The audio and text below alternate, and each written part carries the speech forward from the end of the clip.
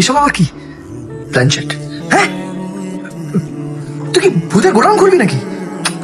আর সেটা না, আমার ঠাকুরদাদার বাবা রাধামোহন দত্ত, ওনার আত্মাকে নামিয়ে জিজ্ঞেস করবো যে এই মেশিনটা কিভাবে চালানো যায়। এছাড়া আর কোনো উপায় নেই। Let's try bro. কিন্তু আরো ভূত।